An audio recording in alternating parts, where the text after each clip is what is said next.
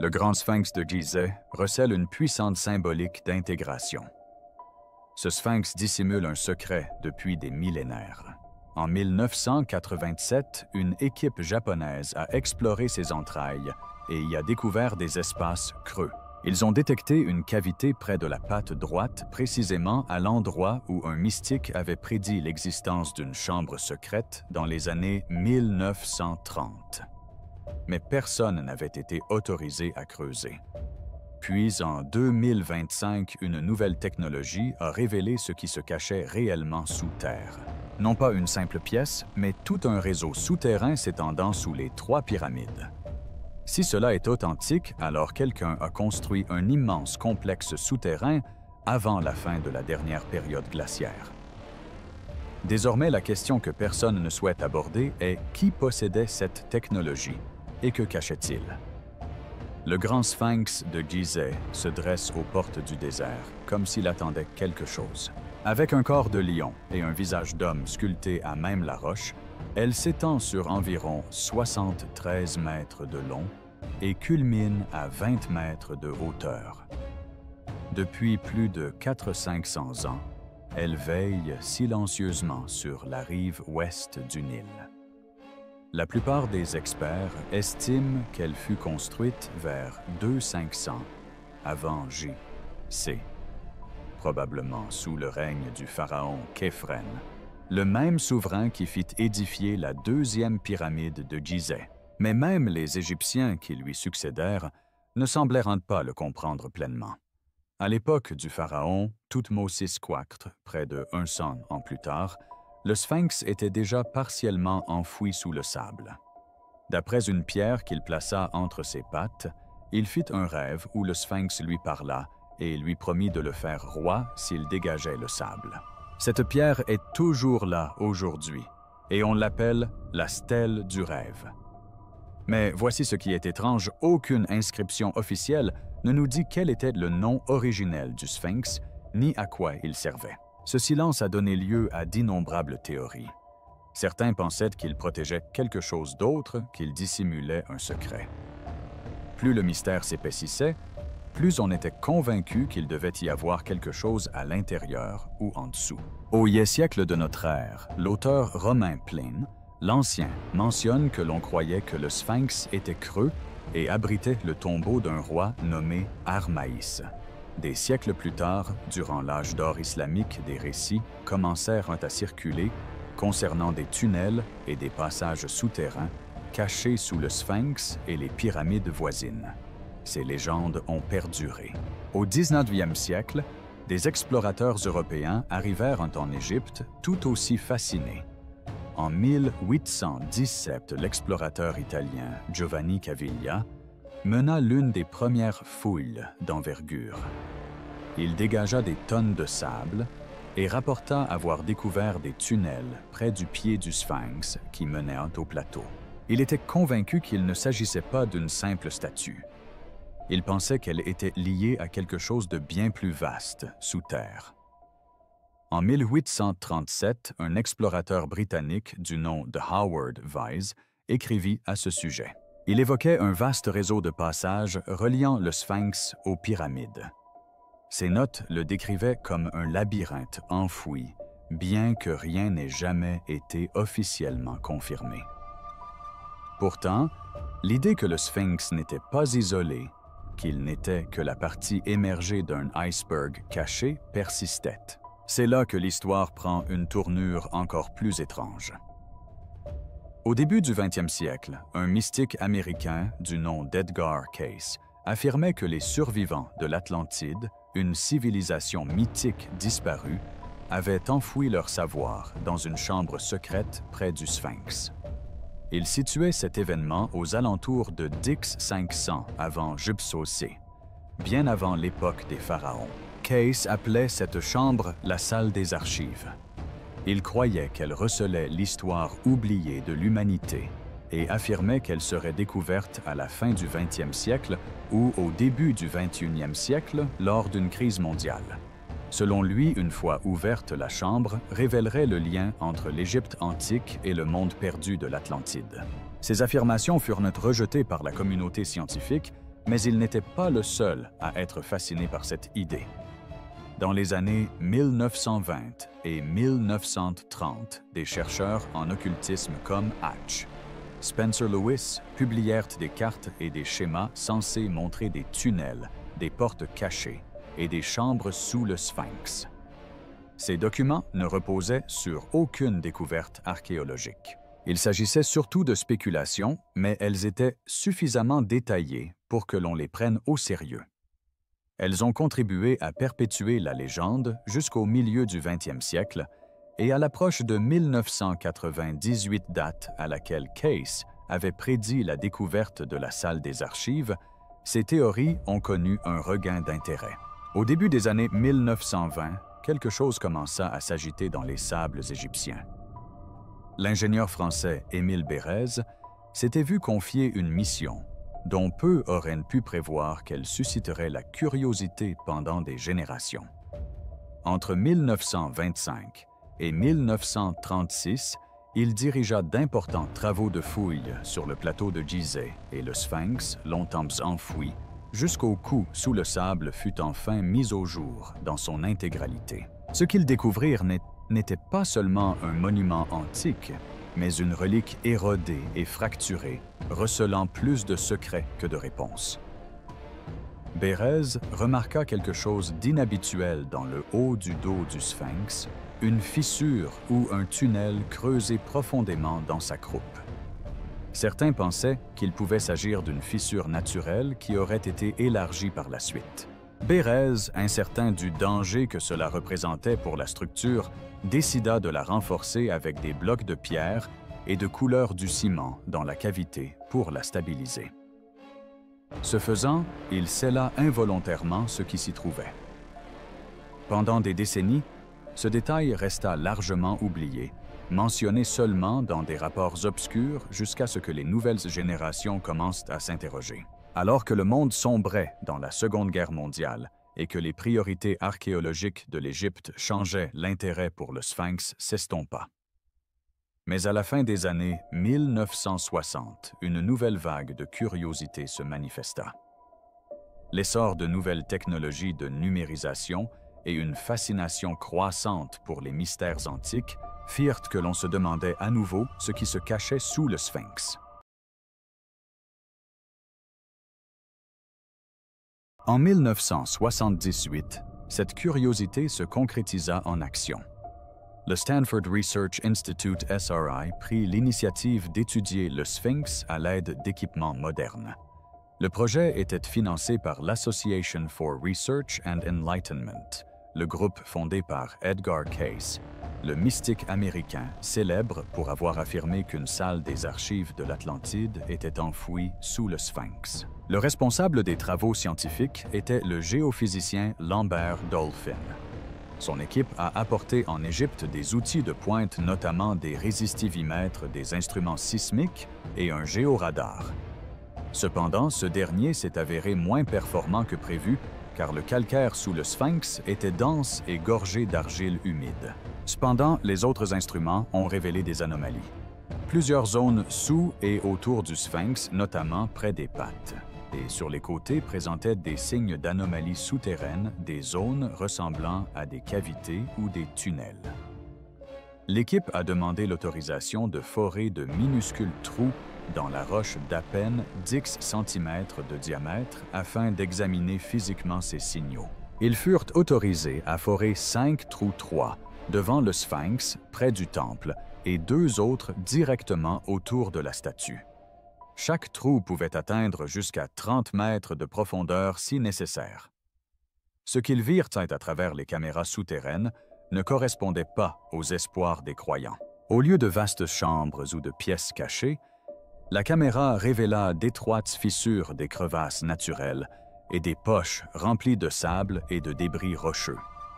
Les instruments avaient détecté des caractéristiques géologiques, des irrégularités dans la pierre, mais rien qui paraisse artificiel. Dolphin résuma clairement ses observations. Il n'y avait ni grande salle, ni cavité, ni vide sous le Sphinx. Sa conclusion personnelle était encore plus catégorique, je ne crois tout simplement pas qu'il y en ait. Ces paroles avaient du poids car Dolphin lui-même avait initialement envisagé la possibilité de l'existence de la salle des archives de Case. Hugh Lynn Case, le fils d'Edgar Case, était présent lors des examens et admit lui aussi que les résultats ne corroboraient pas les prophéties de son père. Fin 1978, l'ARE suspendit ses recherches de chambres souterraines au Sphinx, reconnaissant l'absence de preuves. Mais même si le rêve de chambres secrètes s'estompait des traces matérielles du passé, subsistait encore dans le Sphinx lui-même. En 1980, un autre événement a relancé cette hypothèse. L'archéologue Mark Lehner, qui avait autrefois bénéficié de financement de l'ARE, et Zahi Hawass, alors inspecteur des antiquités de Gizeh, discutaient avec un ancien employé du plateau de Gizeh. L'homme se souvint avoir aidé Émile Béret à combler un trou à l'arrière du Sphinx plusieurs décennies auparavant. Lehner et Hawass suivirent cette piste. Ils dégagèrent tout le sable derrière la statue et trouvèrent tout le trou. L'ouverture que Béret avait jadis scellée donnait sur un tunnel rudimentaire qui descendait en pente douce vers le cœur du monument. Il se divisait en deux branches. Une branche descendait en pente douce vers la roche-mère et finissait par atteindre la nappe phréatique. L'autre remontait en courbe et s'étendait sur une courte distance avant d'être bloquée par un mur de maçonnerie. Le ciment même que Béret avait coulé des années auparavant. Le tunnel était exigu, à peine assez large pour qu'une personne puisse s'y faufiler, et ses parois n'étaient ni polies ni renforcées. Il ne ressemblait en rien à un couloir construit pour une cérémonie ou pour le secret. On aurait dit une fissure élargie par quelqu'un qui cherchait à l'explorer ou à l'exploiter. Lehner pensait qu'il pouvait s'agir de l'œuvre d'anciens brigands ou de personnes des siècles suivants qui espéraient y trouver un trésor caché. Ce n'était certainement pas un butin. L'ensemble du site a été cartographié, documenté puis scellé à nouveau, cette fois par mesure de sécurité.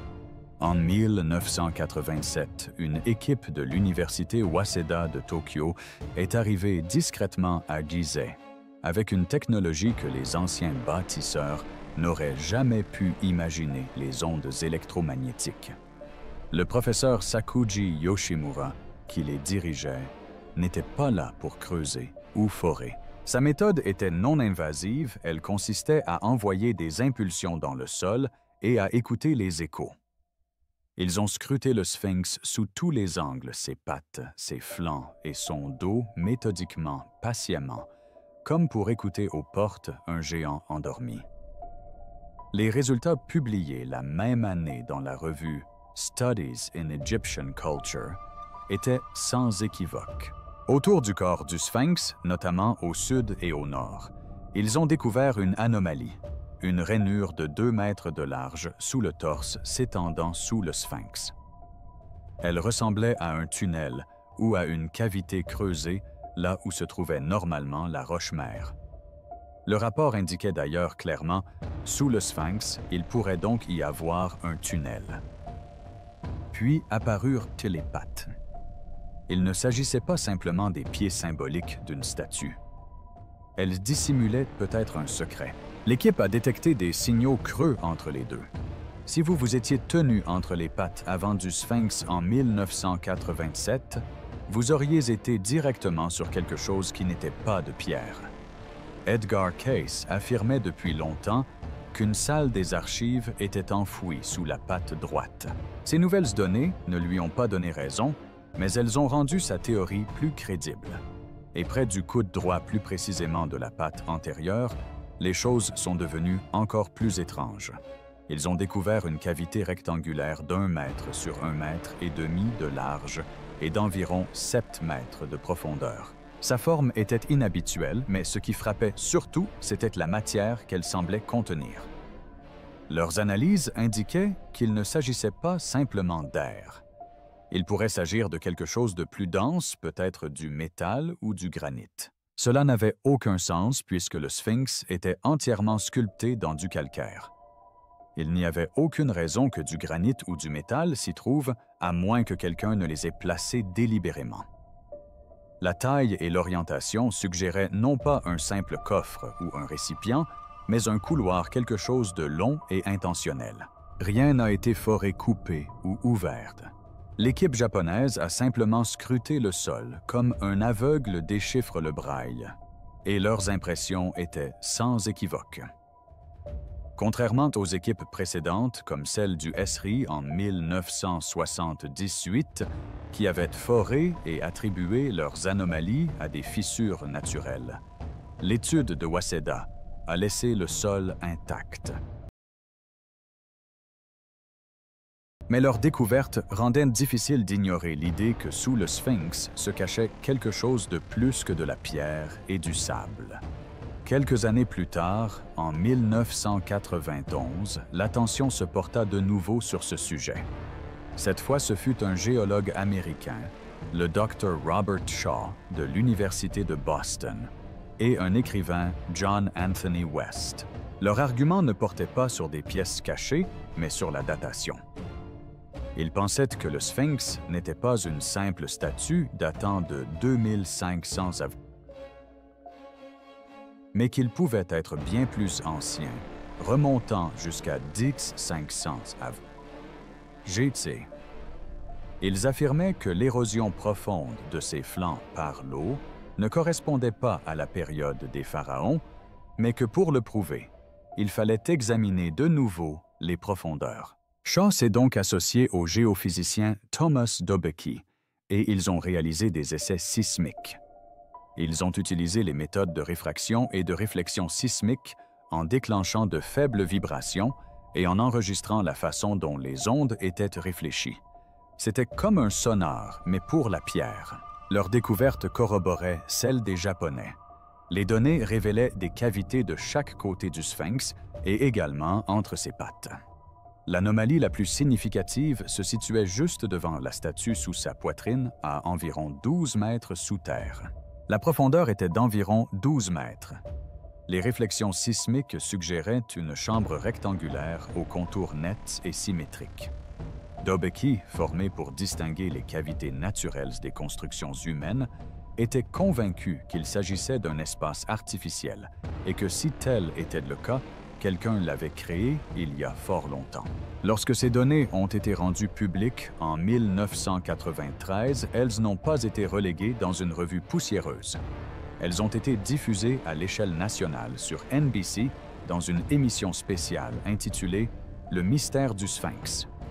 L'histoire a ainsi atteint les foyers de toute l'Amérique. Soudain, ce n'étaient plus seulement les chercheurs qui parlaient de chambres de tunnels et d'archives perdues, c'était le sujet des journaux télévisés. L'expression « hall des archives » n'avait plus rien d'une légende. Désormais, il y avait des mesures des formes des signes. Chalk lui-même restait prudent. Il s'intéressait surtout à l'érosion et à la possibilité que le Sphinx soit antérieur au pharaon de plusieurs milliers d'années. Mais le public ne pouvait ignorer la signification plus profonde de cette découverte. Si les données sismiques indiquaient l'existence d'une chambre, si cette chambre se situait entre les pattes du Sphinx et si Case l'avait prédit dans les années 1930 qu'elle part de la vieille légende, relevait réellement de la légende. ChatGPT a indiqué qu'entre 1996 et 1998, un sentiment d'urgence grandissant s'était installé autour du Sphinx. Les gens étaient convaincus qu'un trésor monumental était enfoui sous terre et que le temps pressait. Cette conviction était alimentée par les travaux de chercheurs antérieurs tels que Thomas Dobecki, John Anthony West et le Dr. Robert Shaw, dont les études sismiques suggéraient la présence de cavités sous la statue. Parallèlement, une équipe japonaise de l'université Waseda avait mené des relevés par télédétection, révélant des cavités sous les pattes et le plateau environnant. L'idée d'une chambre cachée, peut-être même la mythique salle des archives, semblait plus plausible que jamais. Mais un problème subsistait le moindre pouce du plateau de Gizeh et l'autorisation de fouiller ou d'explorer n'était pas accordée facilement. Pourtant, certains parvinrent à y accéder. Une expédition privée menée par Joseph Shore, sismologue, et membre de l'Association pour la recherche et l'éveil IRU, organisation fondée par Edgar Cayce, obtint une autorisation limitée. À la fin des années 1990, l'équipe de Shore fut autorisée à utiliser un géoradar autour de la base du Sphinx. Leurs résultats furent peu concluants.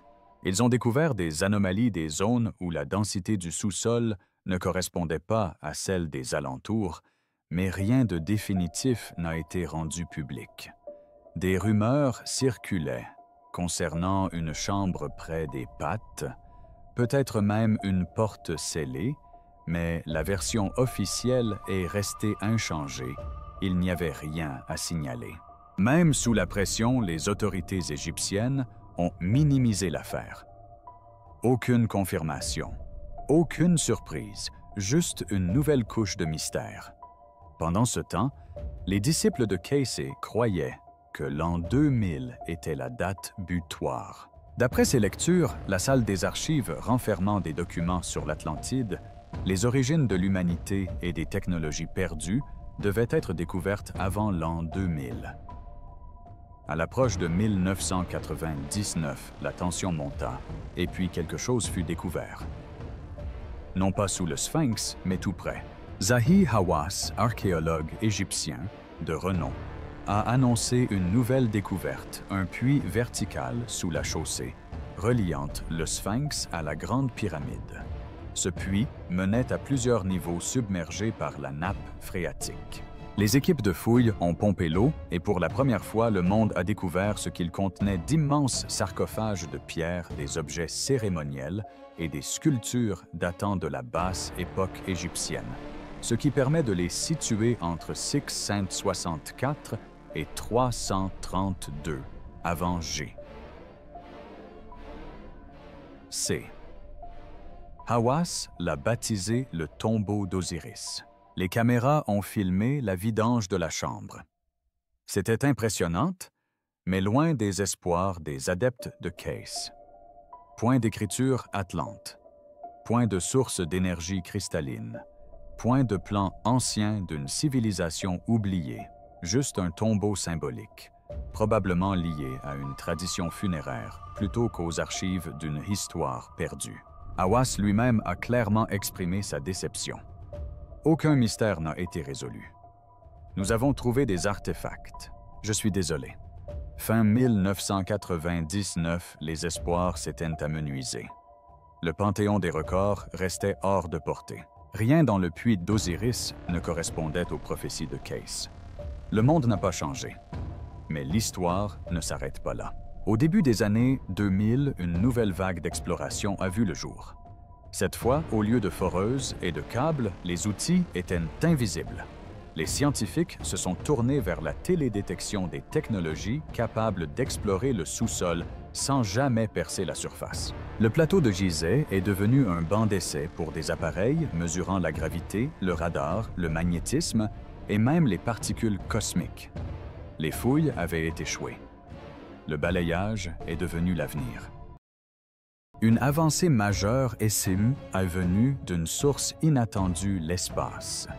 Grâce à des satellites équipés de radars à synthèse d'ouverture SAR, les chercheurs ont commencé à scanner Gizeh depuis l'espace. Le SAR fonctionne en réfléchissant les ondes radars sur le sol, puis en reconstruisant des images détaillées du sous-sol. Contrairement aux radars classiques, il peut parfois voir à travers le sable, la pierre, et même les murs selon la fréquence et les conditions. Des chercheurs italiens ont formé un groupe connu officieusement sous le nom de Projet de recherche sur la pyramide de Képhren. Ils se sont concentrés sur l'imagerie satellite de la zone autour de la deuxième pyramide et du Sphinx. Au fil du temps, leurs données ont révélé d'étranges variations de densité dans des zones inexplorées auparavant. Sur le terrain, une autre révolution était en marche. Le radar à pénétration de sol à haute fréquence avait fait son apparition. Associée à des filtres d'IA, cette technologie permet désormais de différencier la pierre naturelle, le sable compacté et les constructions humaines. Certaines équipes ont ajouté la cartographie acoustique qui utilise les ondes sonores pour détecter les cavités souterraines. D'autres ont eu recours à des magnétomètres pour déceler des variations dans les champs magnétiques susceptibles de révéler la présence d'anciennes constructions. Mais la véritable star est apparue en 2017. Il s'agissait d'une particule, ou plutôt de millions de particules des muons. Les muons sont des particules cosmiques qui bombardent constamment la Terre. Ils traversent la roche et se désintègrent lentement, ce qui les rend idéaux pour l'étude de structures massives. Une équipe franco-japonaise a utilisé des détecteurs de muons pour scanner la Grande Pyramide de Gizeh. Ils ont installé le matériel à l'intérieur et autour de la base et ont attendu des semaines. L'analyse des données a révélé un phénomène inattendu, un vide jusqu'alors inconnu d'au moins 30 mètres de long dissimulé au-dessus de la Grande Galerie.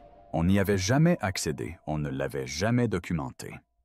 Aucun tunnel n'y menait, et pourtant il était là enfoui à l'intérieur de l'une des structures les plus étudiées de l'histoire. Cette découverte a stupéfié les archéologues. Cela a prouvé que même dans un monument comme la Grande Pyramide des Secrets, pouvait rester dissimulé à la vue de tous. Cela a également validé l'imagerie muonique comme un outil puissant d'exploration. Si une telle chambre existait à l'intérieur de la pyramide des cavités similaires, pourrait-elle se cacher sous le Sphinx? Tout au long des années 2010, différents groupes ont discrètement effectué des analyses autour du Sphinx. Les données n'étaient pas toujours rendues publiques, mais des informations ont fuité. Des anomalies sont réapparues comme dans les années 1990. Cette fois-ci, elles semblaient plus nettes. Certaines lectures suggéraient des zones rectangulaires de densité différente de celles du substratum rocheux environnant. D'autres laissaient entrevoir des strates ou des gradins souterrains bien plus profonds qu'on ne le pensait. Combinées aux relevés plus anciens, ces observations ont commencé à se superposer. Les zones où les équipes japonaises avaient détecté des cavités correspondaient désormais aux anomalies radar relevées par les équipes modernes. Il ne s'agissait plus seulement de théories. Les instruments confirmaient la présence d'un phénomène. Dans le silence glacial de janvier 2025, un événement inattendu fit surface. Il ne fit pas la une des journaux comme le font les mariages royaux ou les scandales politiques. Tout commença discrètement à Greensboro, en Caroline du Nord, lors d'un rassemblement appelé le Sommet cosmique, un lieu où des chercheurs souvent considérés comme des penseurs marginaux se réunissent pour échanger leurs idées. Mais cette fois, ils n'ont pas seulement apporté des théories. Ils ont apporté des données concrètes, tangibles et à plusieurs niveaux. Le Dr Filippo Biondi de l'Université de Strathclyde fut le premier à se lever. Il n'était pas seul, le Dr Corrado Malanga de l'Université de Pise et un chercheur italien méticuleux nommé Armando May l'accompagnaient. Leur équipe scrutait le plateau de Gizeh depuis des années, non pas à l'appel, mais grâce à des satellites, l'intelligence artificielle et les vibrations acoustiques. Ils ne cherchaient pas seulement des fissures dans le calcaire. Ils cherchaient des réponses à des questions qui hantent un archéologue et rêveur depuis des siècles.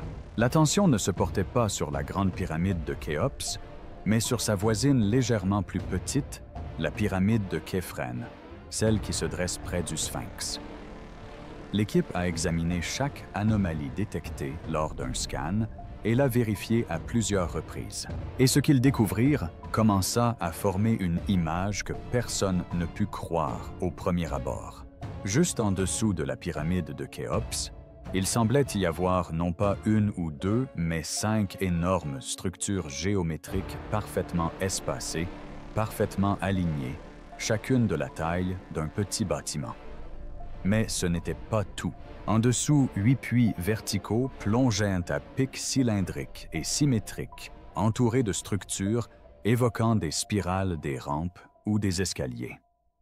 Ils descendaient à 648 mètres de profondeur, soit 225 pieds, 2 fois la hauteur de la tour Eiffel, mais à l'envers enfoui dans la terre au lieu de s'élever au-dessus. À leur base, ces puits débouchaient sur deux immenses chambres cuboïdes. Chacune mesurait environ 81 mètres de côté. On pourrait y loger un immeuble de 20 étages, et il resterait encore de la place. Et les analyses ont montré qu'elles n'étaient pas naturelles. Ce n'étaient pas des grottes. Elles avaient été aménagées intentionnellement. Puis vint le choc qui fit lâcher leurs stylos à certains spectateurs. Ces chambres n'étaient pas isolées. Elles étaient reliées entre elles. Des tunnels s'étendaient horizontalement sous le plateau se ramifiant comme des veines. L'un d'eux menait vers la pyramide de Menkaure. Un autre se déplaça juste sous le sphinx. Et sous cette bête de pierre accroupie, les images s'illuminèrent. Des vides, des couloirs, des passages alignés qui correspondaient à des relevés mystérieux des années 1980 et 1990. Ce n'est qu'à présent qu'elles paraissaient plus grandes, plus profondes, plus nettes. Les scans suggéraient qu'il ne s'agissait pas simplement d'un ensemble de pièces. C'était une véritable ville souterraine, non pas une métaphore, mais un réseau littéral de galeries de puits et de chambres, construits de toutes pièces, situés juste en dessous des monuments les plus célèbres de l'histoire de l'humanité. Cela a suffi à stupéfier tout le monde. Mais ensuite, ils ont montré quelque chose d'encore plus incroyable l'âge. En se basant sur l'accumulation de sédiments, l'érosion souterraine et la stratification géologique, l'équipe a estimé que ces structures auraient été construites il y a 38 ans, et non 3800 ou 30. Cela situerait leur origine aux alentours de 30 avant Jumain C. À cette époque, les glaciers recouvraient encore une grande partie de la planète. Il n'y avait ni pharaons, ni hiéroglyphes, ni dynasties. D'après tous les manuels scolaires, il n'y avait même pas de ville. Pourtant, quelqu'un ou quelque chose a creusé des puits en spirale à près d'1 kilomètre de profondeur et y a enfoui 2 monuments cubiques de la taille d'immeubles d'habitation.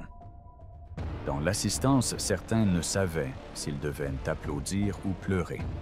Puis vinrent les spéculations.